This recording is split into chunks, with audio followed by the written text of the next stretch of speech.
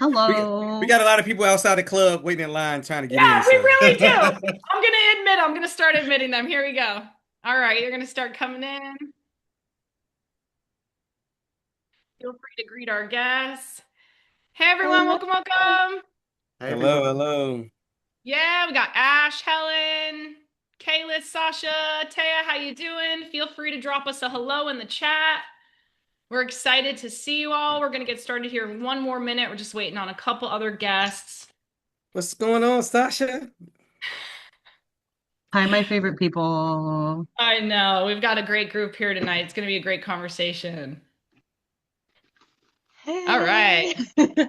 Nice. We're going to get started. Panelists, will you help me admit folks as they come in? Awesome. Awesome. We're going to keep an eye on that. And I'm going to make sure everyone's got access to the chat, which they do.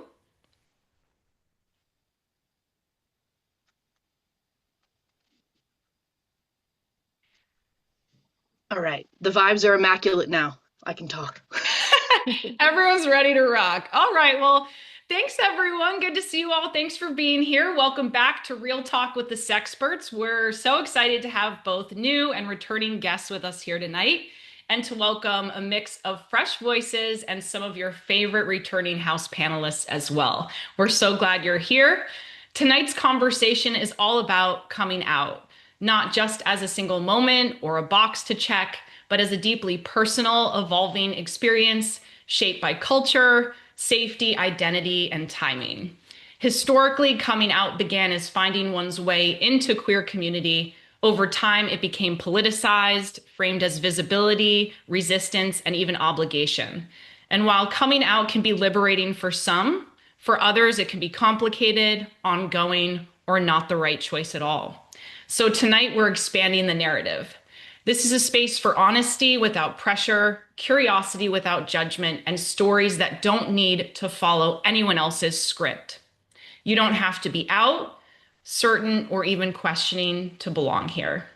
We're going to start with some very brief introductions and then delve into answering all of the questions you folks submitted in advance. And as always, you have full access to the chat, and we invite you to share all of your reflections, reactions, questions, or thoughts every step of the way. I'm Jamie Azar, your host and founder of Real Talk and owner of Erotic Expressions, where I work with individuals and partners plus to turn shame off, turn pleasure on, and redefine desire, intimacy, sex, and relationships beyond compulsory sexuality, sociocultural scripts, pressure, and expectations. I'd love to welcome for the first time our guest, Quill Forrest Malin, who will introduce themselves, and panelists. I'll put the order of introductions in the chat for you. Hi, everyone. I am really excited to be here. Thank you to my girlfriend and my best friend who I see here. I am Forrest, or you can call me Quill. Forrest is the name that I use within the scene, the kink scene.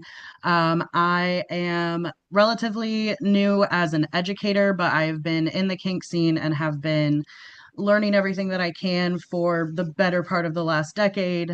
I grew up very sheltered and conservative in purity culture. And so trying to learn as much as I can outside of that has been a hyper focus for me. And I'm just really happy to be here. I am disabled, I'm queer, I am trans. And I think that that is a really important thing to talk about in just life in general, because we don't get enough visibility in general. So that is really my main passion here. But yeah, I'm excited for the conversation. Thank you, Jamie, for having me. Thanks for being here. Hi, everyone. My name is Jerry St. Louis. I'm a certified sex therapist in the Washington, D.C. area. I'm also a sex educator. I'm a podcast host of the Queer and Kinky Couch that will be launching in January 9th. Please look out for it.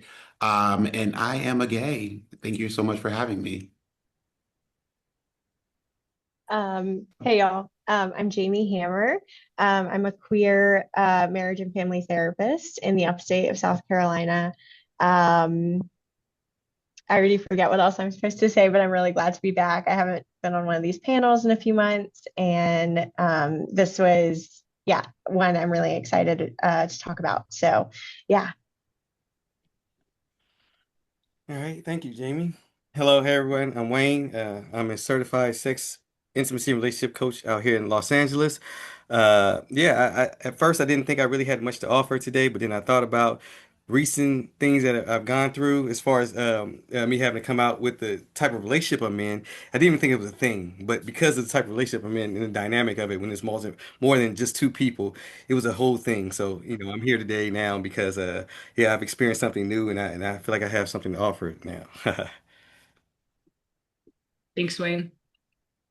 Yeah, that is definitely so. There's a lot of different things we can come out about. Hi, I'm Lacey. I'm a certified sex, intimacy, and relationship coach in LA, but I work with folks everywhere.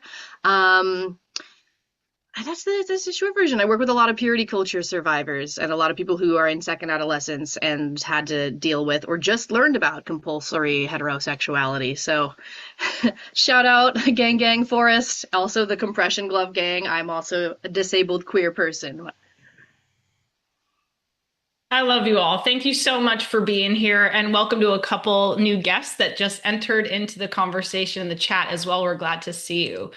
We're going to jump right into our first submission.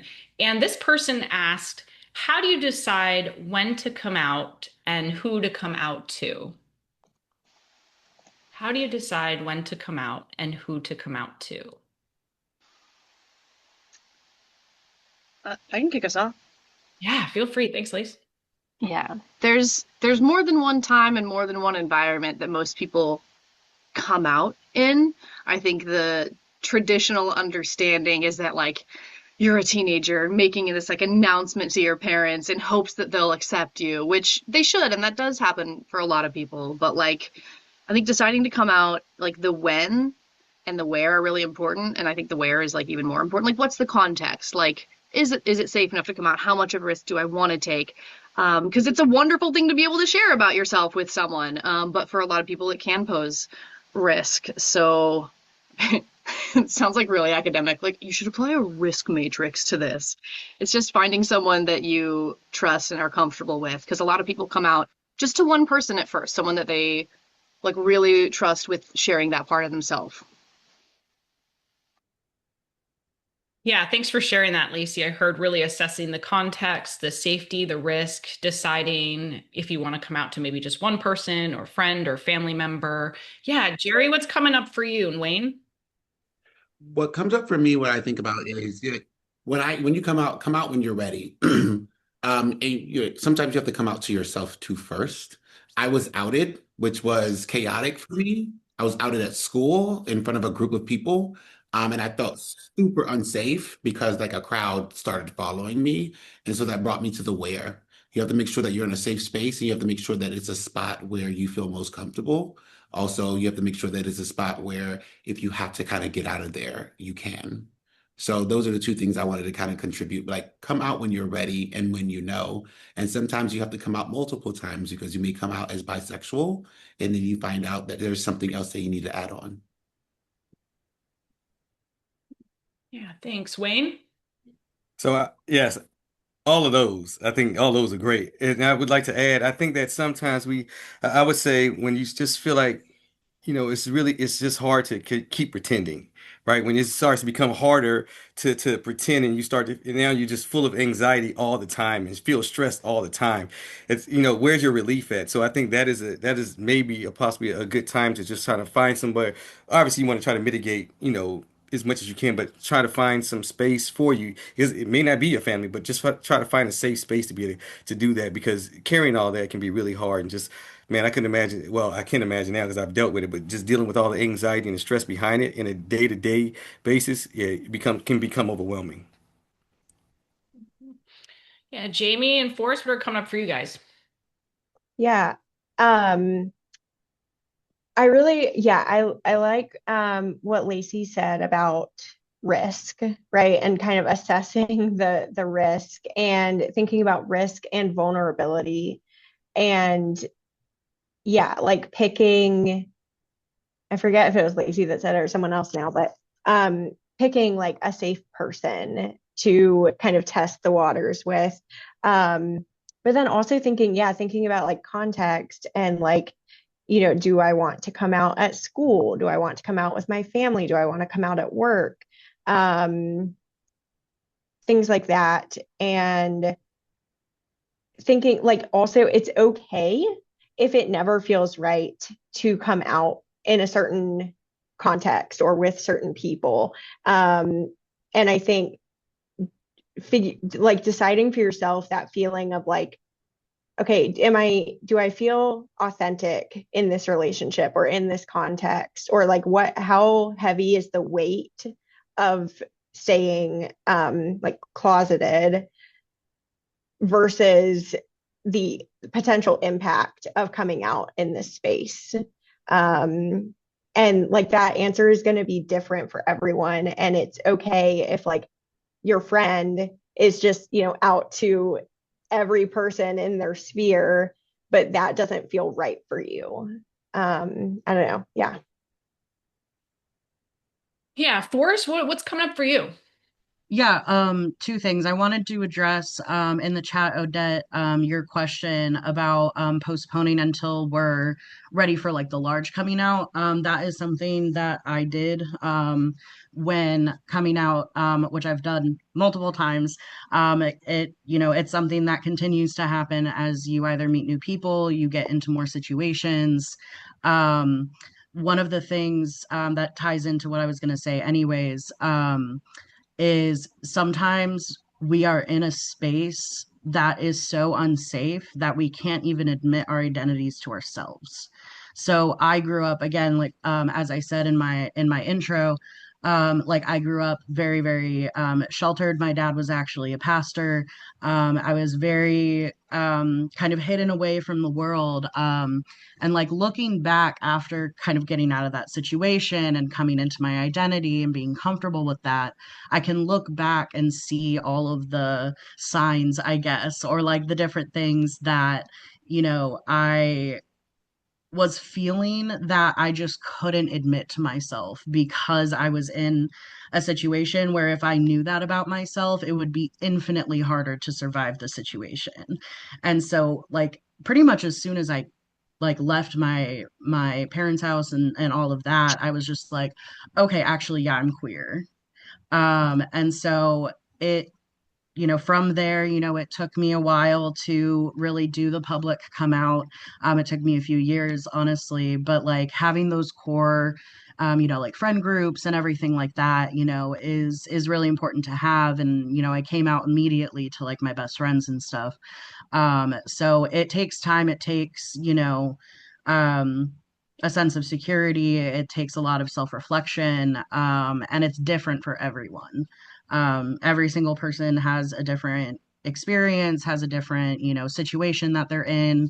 And so it's 100%, either valid, better, whatever the situation is, to kind of postpone that, just like really public coming out for when you do feel safe, or when you do like have that security of, well, yeah, just feeling safe to come out, to really truly be publicly yourself as a whole. It's a complicated thing for sure. Yeah, thanks everyone for sharing all of those things. I think, just to summarize, I heard like really assessing your own readiness and acknowledging that maybe you're not ready and it's okay, assessing the safety, having a support system or even like an exit strategy possibly in that moment, like Jerry had said. And Jamie, I think, started clearing up some of the misconceptions, and a lot of you did. Like, it's not necessarily one grandiose defining moment, even though it can be, right?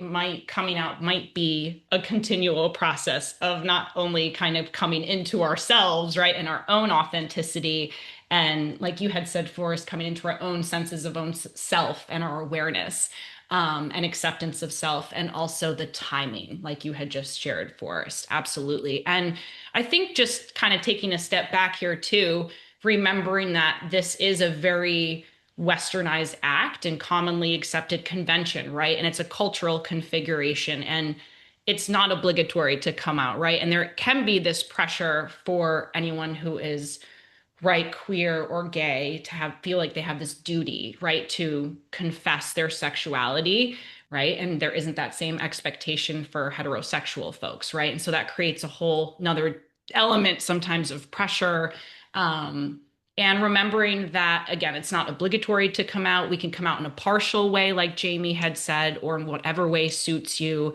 And defining as a person, choosing not to label your sexuality is a perfectly valid choice too. And asking yourself why for the reason of that disclosure, and recognizing that again, it's private, and assuming that not everyone has a right to know our sexuality and our orientation, and we get full autonomy and agency. Hopefully, if that happens. And yeah, anything coming up for anyone else? I'm looking at the chat here. Being closeted, wishing to stay that way, and starting a relationship with someone that is very out. Anyone want to address that? That's coming up in the chat. So, in the idea of like coming out, being quote unquote closeted, wishing to stay that way, and then starting a relationship with someone that is very out. Does that necessarily mean that you're incompatible? Yeah, Wayne, what's coming up for you? Thanks. So, well, and I can just speak to the relationship aspect of it. Yeah, it would make it really difficult for several reasons, because now are we just keeping this confined within the two of us?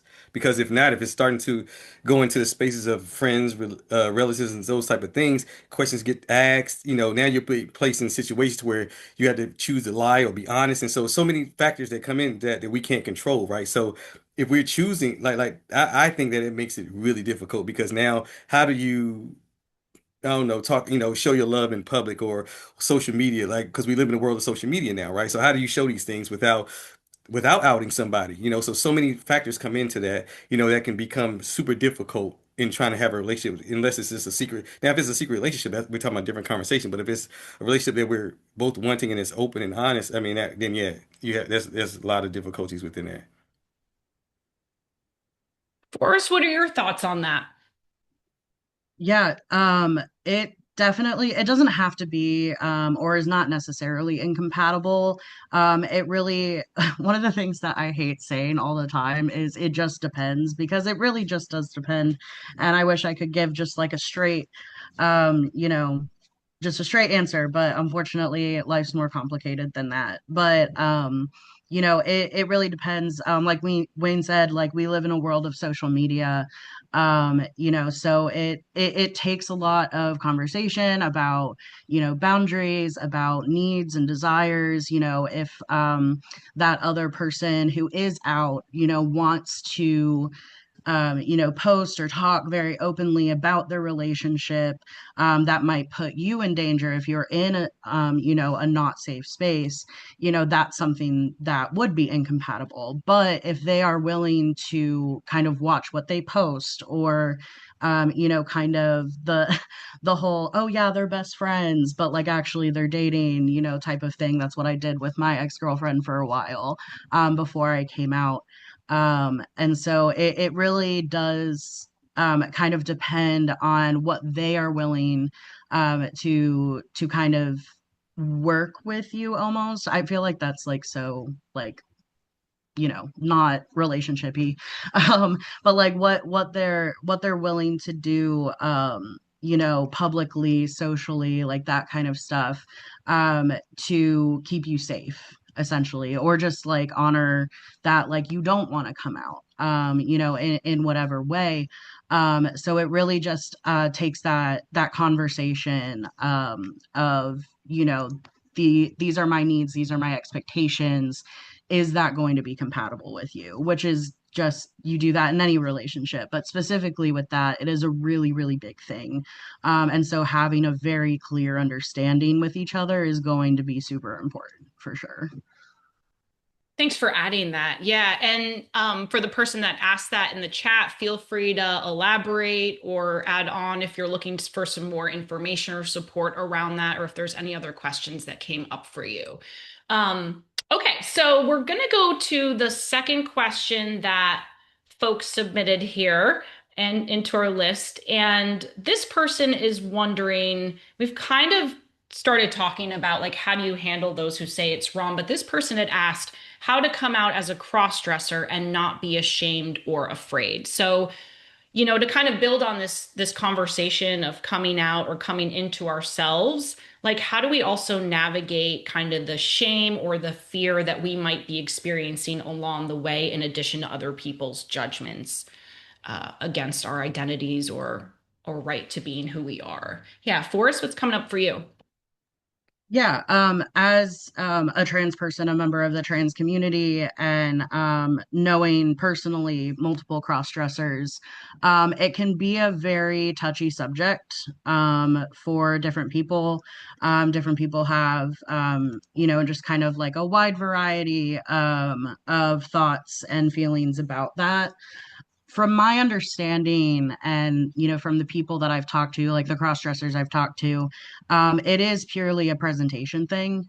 And it's usually a part-time kind of thing where you're going out to an event, you're going out to a bar, and you want to dress differently. It's not particularly drag. They're not going out necessarily and performing, but it is also a type of performance that you're performing a certain presentation, you're performing as potentially another gender. But a lot of cross dressers don't identify necessarily as trans or gender expansive.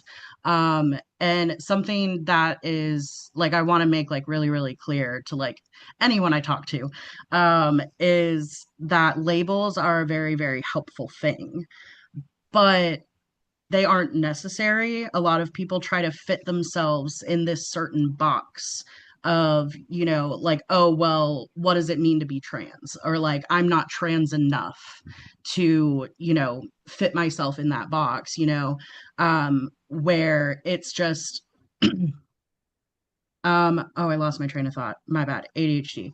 Um, but it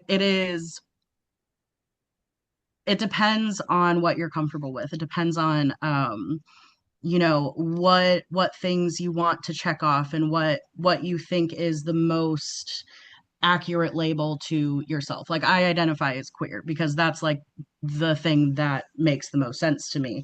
But in that kind of topic of cross-dressing, it is kind of like a self-reflective thing. It's, about being in safer spaces, and our presentations differ wildly, it really just depends on what you're comfortable with, I think is really the main thing, and not having to put yourself in a specific box and in a specific label.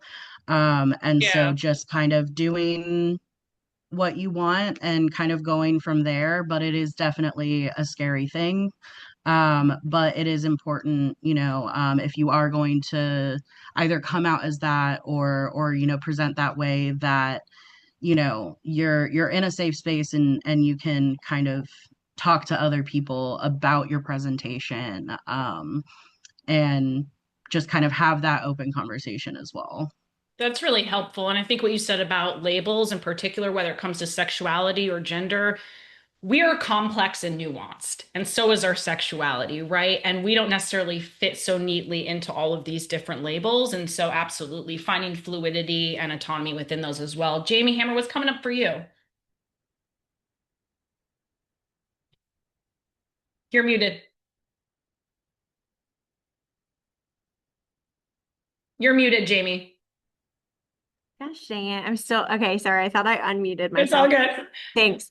Okay. I think thinking specifically about the kind of like fear and shame part of that question is so, and I hope all this comes out the way it sounds in my head, but I want to kind of normalize fear, right? Like that, I think, coming out or like showing your kind of therapy buzzword, but like your authentic self to other people is inherently vulnerable, and that requires risk, and that means fear.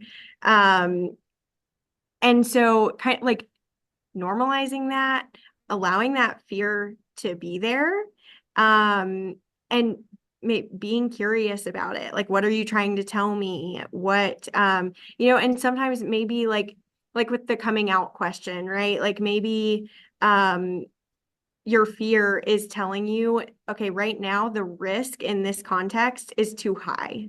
Or maybe it's telling you like, no, you're doing a scary thing for the first time, and it's going to be like, you're going to feel this fear, but it's going to be okay.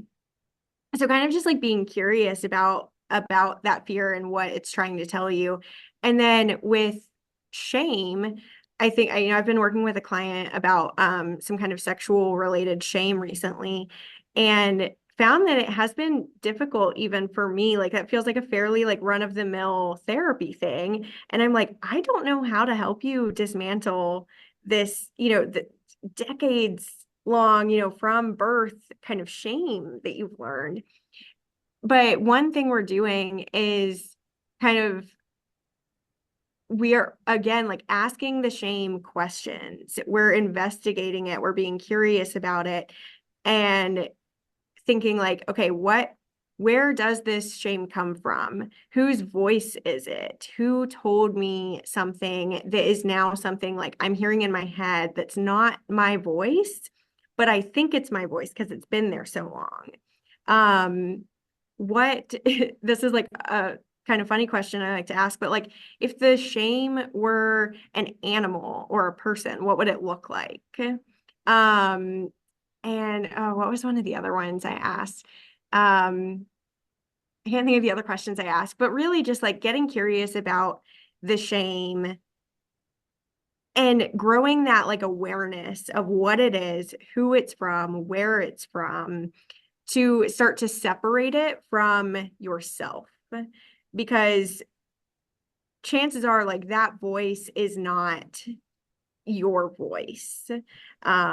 So Thanks, Jamie. Thanks for adding that. That was really, really helpful. Jerry, what's coming up for you around this? I love what you're saying, Jamie. Yeah, so what came up for me was I saw that David wrote something in the chat. I wanted to kind of speak to that. David wrote, do you find that people still try to label you for their own comfort level rather than let you define yourself? Absolutely, especially as a gay man, because I have been called, from a gay man from the South, I have been called not a man many times because I'm gay. And however, they would affirm me as a man when it was convenient for whatever social dynamic was going on. And it's the same with trans people. They will see you as who you present to be, but when they find out that you're trans, it's like, oh no, I want to affirm you in the sex that I feel that I'm going to assign to you. So yes, I see that all the time. And as much as I don't allow people to label who I am. I identify who I am as. However, sometimes people project those labels onto you before you can even decide to tell them what your labels are. So then you're fighting to prove or to say what it is. And I've also learned to like discontinue those kinds of conversations and communication. Mm-hmm. Yeah, thanks for adding all that. Jamie, the pieces about shame and fear and force, just some general information about cross-dressing, and Jerry just kind of opening up again, those pieces that you would just added to the conversation, I think are really helpful as well in terms of just evaluating again how we decide how and when to interact with those folks that are maybe making those projections onto us or projecting their judgments or trying to label us or accept us only on their terms. And there is a delicate balance in that sometimes, right? Like you said, like whether you're going to choose to disengage from that and ignore the person, whether we do choose to enter into more of an educative, informative standpoint, again, assessing maybe just our capacity, the intention, what is the kind of payoff here? What is my proximity to this person as well? Or is this someone I'm just going to ignore and disengage, right, with in this moment? Yeah, good. All right, thanks everyone. And thanks to everyone engaging in the chat as well. I hear from folks sharing that they were scared at first coming out, but didn't want that to control them. They decided to come out. It was hard personally, but they found a lot of love and support in their community and found that more people than they ever thought came out to support them too. So absolutely. And I think to normalize that too is, yes, we may be met with the judgment and the homophobia and the criticism, right, and the assumptions, and we also might be met with like this person is sharing more support and love and community and affirmation in those other places we never would have imagined. And so making space for all of that and making space for the fear and the authenticity that comes in the celebration and pride along the way, all of it. Wayne, what's coming up for you? Oh no, I was going to read a question in the chat. I Please. don't have an answer for it, but I was. But also, I want to say to you that recently I've come to the conclusion because people again, I love that we said that we don't have to answer everybody, right? And so my thing now is that when someone asks me a question, if they're curious, by all means I can answer the question. But if you're asking me from a judgmental space, I'm not answering the questions. Like that, it is no, because now it becomes an argument, it becomes a debate, it becomes me trying to prove myself to you, and all this type of thing, and so it's pointless. So, but if you're asking me from a curious space, yes, we can have a very open, honest conversation. I love that, yeah. So Odette, I hope that's how I pronounce your name. Asked the question: Is it easier to deal with shaming once you have dealt with the guilt of being different?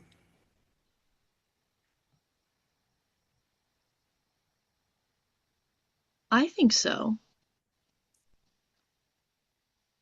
Like, assuming I'm kind of understanding where the question's coming from, like, once you've accepted yourself and recognized, like, hey, this is who I am and what I'm about, it does give you a stronger platform to stand on than it would if you're still like questioning, like the second adolescence folks coming out from like a religious background. Like, once you kind of realize, like, no, it's okay to be this way. In fact, it's good.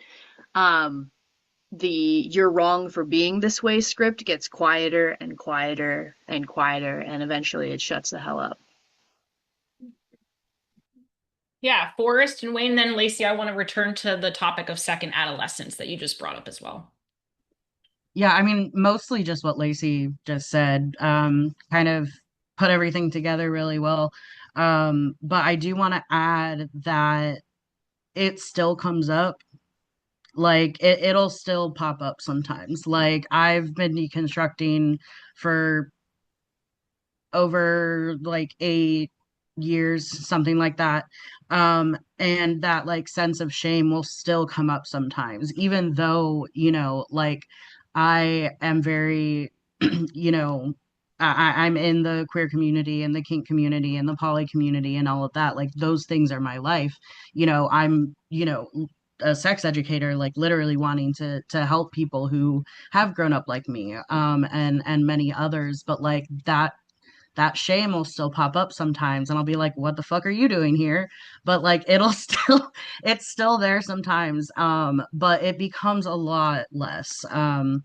I sometimes will I'll see that in like other people as well. It's something that I've heard other people express to me. And everyone's at, their own space. Everyone's gonna take their own time. It doesn't have a structure to it. But shame in and of itself is just such a deep, deep thing. Especially like growing up, the way that Lacey and I did, and other people, is like shame is woven into the fabric of our being. And so trying to unlearn that and unravel that is a really hard thing, but you can do it. I don't want to scare people by saying it's really hard, but you can do it. It just takes a lot of time and work and community and support. But it is possible. Thank you, Forrest. Yeah, Wayne, and then we're going to transition to the next question.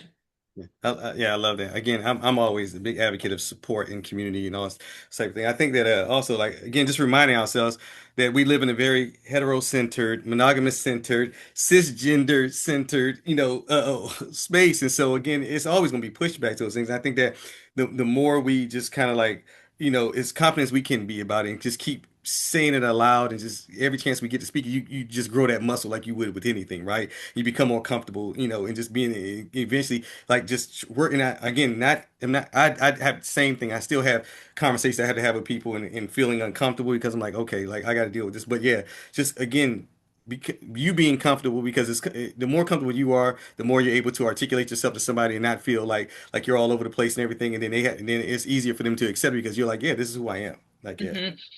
Yeah, I just think it's so interesting too, the way we're discussing the process of coming out, right? Like societally and as a construct, I think most people see it as a very kind of external process, right? Of like us externalizing some to the world and about ourselves. And what I'm hearing in this conversation is just so much of it involves the unlearning and the deconstructing and the healing of shame, right? And just kind of the internal coming into ourselves and self-acceptance through that work as well. Lacey, you had mentioned the term second adolescence, and I'd love to kind of bring this topic into the conversation. So, for you and for everyone else who wants to jump into this, what is a second adolescence? What does that mean? What can feel exhilarating about discovering yourself later in life? What can feel destabilizing? And I'd like to connect this to a question that someone had submitted who is asexual, looking for some resources in their 40s. So just kind of, we'll get to that second part of the question, but want to honor for that person that asked it and who's here. We're getting to that, just kind of framing this idea of second adolescence. And can you tell us a little bit about Yeah. that? This is one of my favorite topics as someone who's going through it right now. Second adolescence is a term that we use for when a person realizes that they are queer later in life. This often happens for people like me and Forrest, who like it wouldn't have even been safe to come out to yourself, let alone your family and community, because like queer and trans kids have a extremely disproportionately high rate of becoming homeless because our parents would kick us out. And so for our safety, like people will remain closeted for safety. But a lot of times what happens is you can't keep that genie in the bottle. So 10, 15, 20 more years down the line, you start realizing like, oh, like maybe it is okay if I want to kiss a girl. And so you get to have these experiences that normally people in less high control cultures and environments would have just been doing as teenagers. So you have an opportunity to like you just kind of like it just you feel like kind of like a teenager again. You're like, oh, like these formative experiences that I'm having.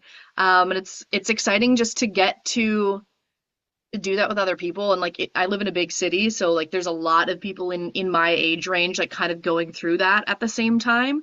And so you're kind of like all getting to be like giggly teenagers together sometimes. And like obviously there's other like harder stuff that comes with like adolescence, but for people who grew up with compulsory heterosexuality, the assumption that you can only be straight. If you're not, you're wrong, you're broken, sinful, you're going to hell, whatever, hell's not real. Then like getting to just like do the fun teenager stuff. Like that's what I find exciting about it. Yeah, Forrest, what would you add to that? Thank you so much, Lacey. Yeah, definitely everything that Lacey said. But even adding on to that, as a trans person, obviously, if we're coming out later in life, there is that kind of hold on, you recognize a lot of different things, about your first adolescence, I guess, and growing up in there. And then as you're realizing different things about yourself, but then some of that is taken farther, as trans people who start going on hormones and all of that. We're literally going through a second puberty, like we are. Kind of reversing, or not necessarily reversing, but like adding to our bodies, that this like kind of opposite, these opposite chemicals and hormones and everything like that, and you go through the different forms, or different like symptoms of puberty. Like as I've been on testosterone for a little over 2 years, and I have a bunch of body hair. My voice has dropped a lot. Like the way that my body weight has redistributed is in a more masculine way, and on and on. And so like with that, it is a bigger sense of that second adolescence of like you really are like kind of going back and repeating all of these different things, but in a way that is you know just more authentic to who you are. And it can be a really scary thing. There can be a lot of grief, but it can also be like so healing and so important and so beautiful, especially when you have other people in your community. Like I have a trans support group that I go to every week. And there are people of all ages, all, identities, people, in different stages of like medical transition. And it's so cool to see, you know how many you know ways that you can be trans and ways that you can go through that second adolescence, wherever that may be, whether it's like when you're in your 20s or whether it's in your 40s or anything like that. So it looks different for everyone, but it is a very heavy and important and exciting and terrifying process, Right. but you're not alone in that. And to So make space for all of that. Thank you so much for adding all that. I think that's really helpful perspective, Forrest. And thank you to everyone as well sharing in the chat. And absolutely, just to kind of build on what someone just shared about being met with some discrimination and just kind of invalidation from a therapist.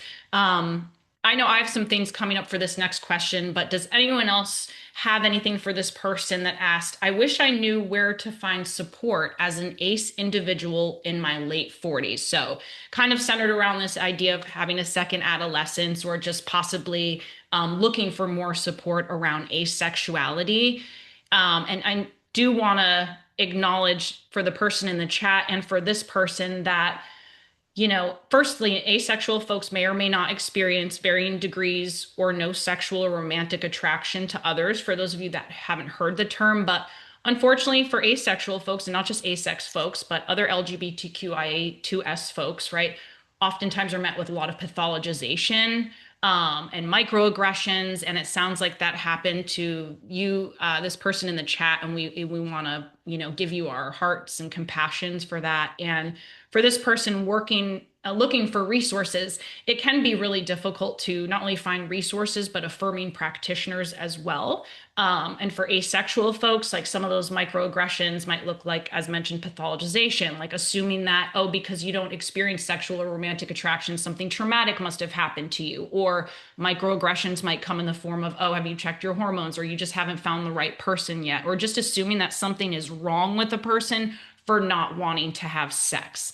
And so not only is asexual a spectrum, but as Wayne had mentioned and others, right, we live in this compulsory sexual society, an allonormative society, where it's assumed that everyone should value and centralize sex and romance in their lives and their relationships, and that's just not true. And so for the person asking this question, I really want to celebrate and honor you and normalize that you can have as much or as little as sex as you want, and this goes for everyone, and we celebrate there. I celebrate that and I affirm you.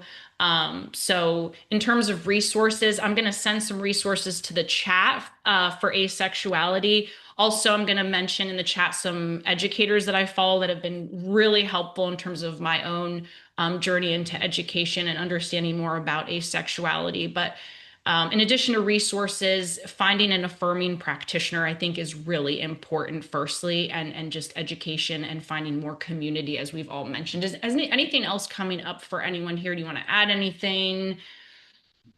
Can I add? My name is Jerry St. Louis. I have a private practice here in Washington, D.C. I have quite a bit of people that I work with who fall under the asexuality spectrum. And I just wanted to say that, yes, I've learned a lot working in this community. And I think that there is, a lot of space for other clinicians to learn things too. And I want to add on to, like, I think that there's this thought that because I'm asexual, I don't want things that come with sex, like children, family, like those kinds of things. And that's completely wrong. You don't necessarily need to engage in sex at all to want a family or to want to have a relationship dynamic that doesn't involve sex. Thanks, Jerry, for adding that. Yeah, Forrest, what would you add?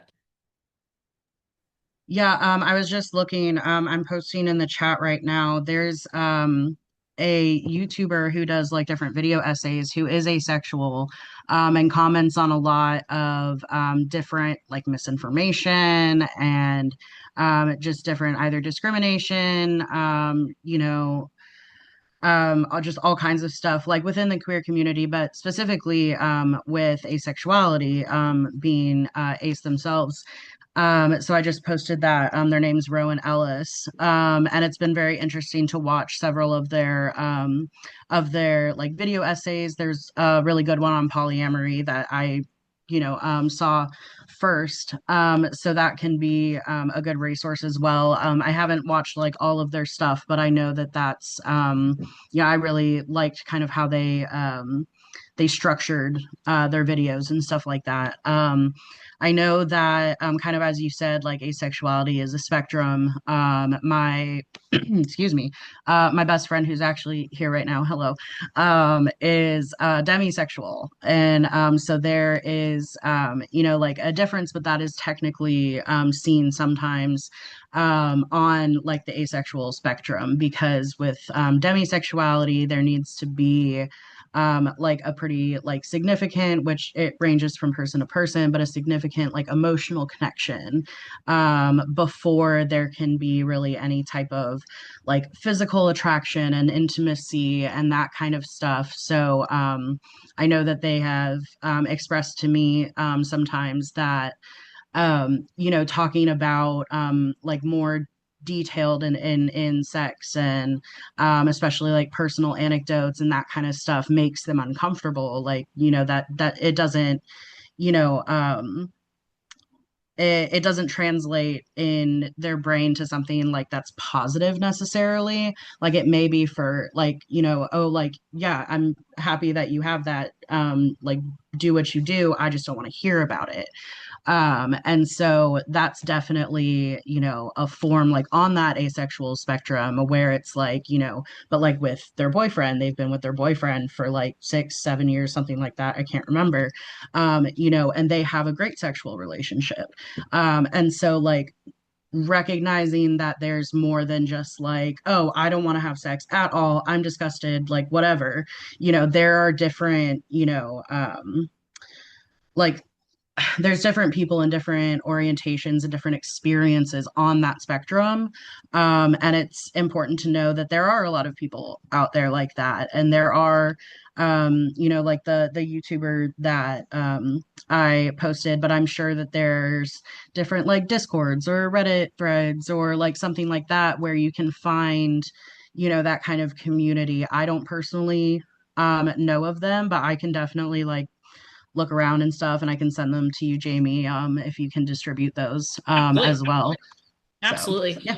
Thanks for sharing that. And we also have a question from someone in the chat. How can those of us not of the ACE community support that community? I personally feel like the ACE community is often left out of queer spaces.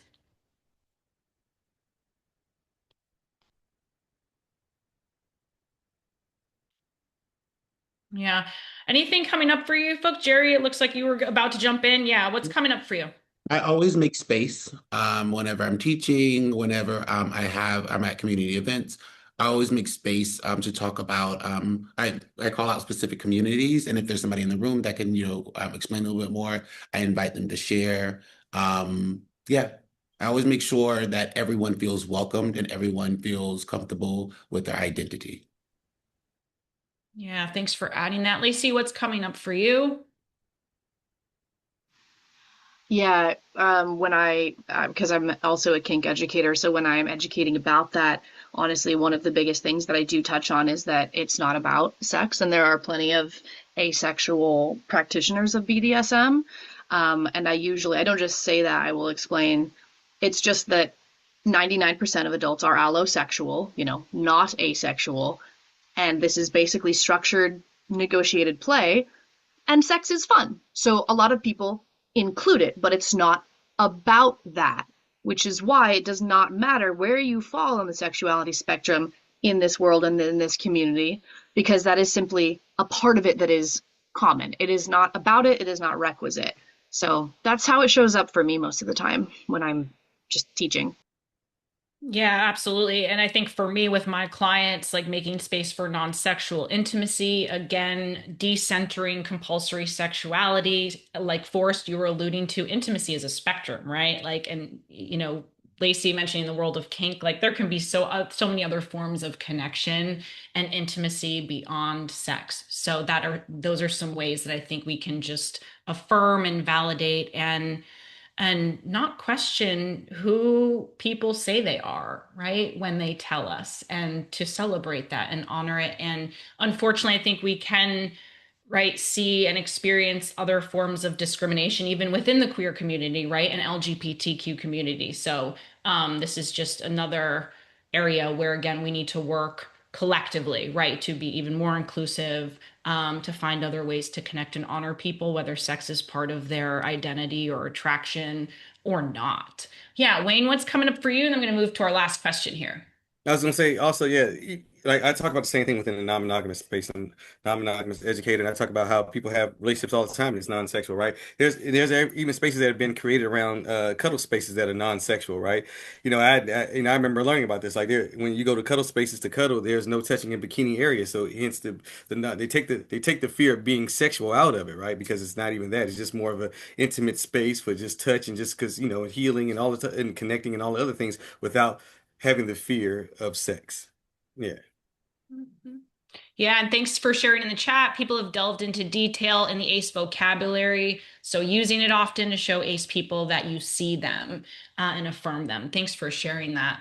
So we've got about 6, 7 minutes here. I'd love to wrap up with just kind of one final question here and thinking about, okay, with all of this we've talked about in terms of coming out, like how do we ultimately make space for the curiosity we've talked about, the messiness, the desire, the excitement, all of it when we feel pressure to already have it figured out. When that shame comes up in those moments, right? When we're like, I thought I healed this, it comes up. Or, we find ourselves kind of in this moment of messiness, feeling like we have it figured out, need to have it figured out and don't. Like what would we share or say to folks that are kind of in that space? Yeah, Wayne, thanks.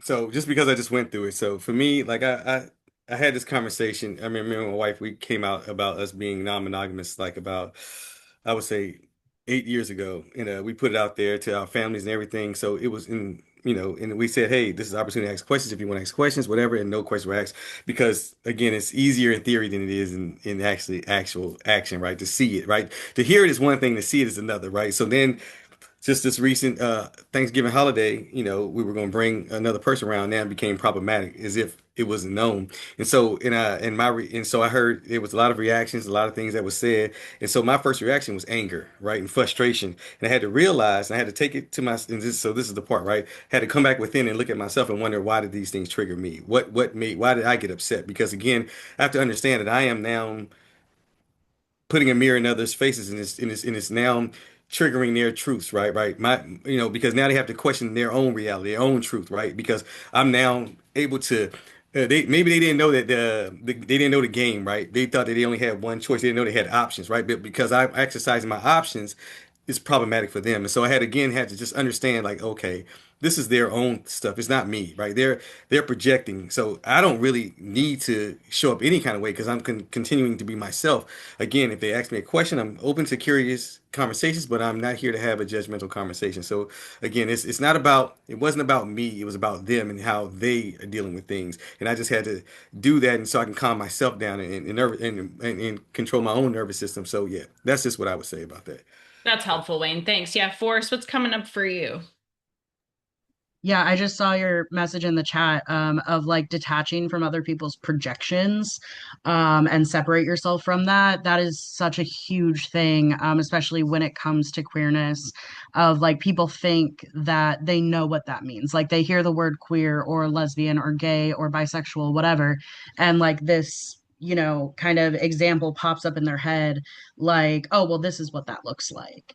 And it almost never is. Like what I said about labels earlier is like they're helpful to kind of like find like your community or find a path to like explore. But it is not necessary. Like there's so much more like nuance to that. And I think it's really important to also understand that sexuality and gender are fluid and it's okay if things change. It is a journey, it is exploration exploration. It took me a while to figure out like my identity and who I am and how I want to present. And that's probably going to change in the future too. And that's just something that like you can sit with, and it takes a lot of self-reflection. But a lot of that is getting to know yourself too, and you're always growing, you're always changing, and as you go forward, you know just kind of looking at how you feel, having that self-reflection, having, those conversations with yourself about what are you projecting onto yourself, what are others projecting onto you, what kind of boxes are you putting yourself into, and is that something that you're actually comfortable with or that you actually identify with? So Thank you. asking those questions is so important. I love that. Yeah. And what boxes might we also step out of along the way, too? Yeah. Jamie and then Jerry. Thank you. Okay, making sure I unmute myself. Um, so yeah, I love this idea of the projections, and what Wayne said about really like taking a step back and say like, okay, what is my reaction to this? Why am I feeling so angry? Like, what am I reacting to? And I think, I don't know, I guess what's coming up for me is some conversations I had early in the year with some of my family, where, I came out to some of these people in my family years and years ago, like a long time. And so in my mind, also, I'm like, I already did this. I already like, why is this coming up now? Why are you upset about this now? Why are you kind of coming at me aggressively with all these questions? And so, there's this, I guess this is kind of coming back to that first question of like, when do we come out? Sometimes we have to come out to the same person more than once, even, or, and what was the other thing I was thinking of? Oh yeah, also this like anger or frustration that comes up in us, and really like investigating like what that is, and thinking like, why am I having such a strong reaction to this? Or, even thinking like, okay, I think for me, it was partially like some of my own insecurities were being challenged. And I had to figure out or kind of recalibrate, like, what are my values and who do I know myself to be? Mm-hmm. Mm-hmm. And I think when those things are a little bit clearer, and you feel like firm in those, then you're not as easily like shakeable by other people's perceptions of you. Mm-hmm. So yeah. Yeah. Thanks, Jamie. Jerry, yeah, what would you add to kind of wrap us up here tonight? The last little piece I want to add is just be patient with yourself, be kind to yourself while you're trying to, discover who you are and know that it's ever evolving. So how you identify today may change tomorrow. Absolutely. Thank you so much for adding that. And thank you to everyone in the chat just for sharing your reflections with us and thoughts and amazing questions today. I invite the guests in the chat, if you're open, to maybe share one word or phrase that captures how you're feeling right now at the end of our discussion. Thank you to our amazing panelists. We really hope that you are feeling affirmed and walking away just feeling more held and supported and informed, and that you learned something. And we're just so excited that you continue to be here and share the space with us. So we will be back next month, as always, the third Tuesday of the month. So that'll be January 20th. And we will be talking about modern dating, the ins and outs of modern dating. So follow us. Stay tuned for more details. I'll be following up with an email to everyone with a feedback form and also more information about our panelists, so you can follow them and also reach out to work with them directly if you're interested in doing that. So thank you everyone again for being here. We can't wait to see you next time. And until then, thank you so much. Feel free to say bye to our guest panelists. Thank you so much for being here.